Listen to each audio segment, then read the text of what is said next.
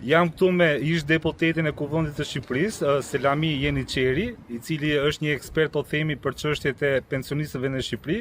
Kështu që rini 2 sekonda për të kuptuar tamam mendimin e zotërisë për se si po shkojnë hallet e këtyre njerëzve në nevojë.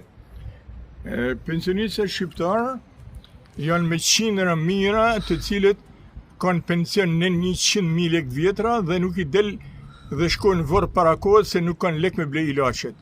Ndërkohë që unë, si kryetari i kësaj partie, di me i tregu shqiptarëve dhe qeverisë shqiptare se ku janë parat për me aqu pensionin 200.000 lekë më shumë se e ka pensionin çdo pensionist.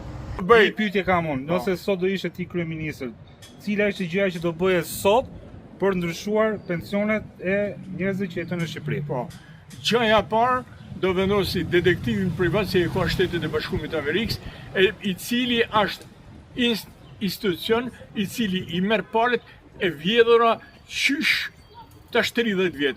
Edhe i çon aty dhe buxheti i shtetit, rritet buxheti i shtetit, edhe populli shqiptar jeton për para. E dyta. Një se s'kam kohë, video shumë e shkurtër për rrjetet sociale. E para. E lëndë një. Kur takojmë prapë do bëjmë të dytën. Kaq ishte video, shihemi prapë.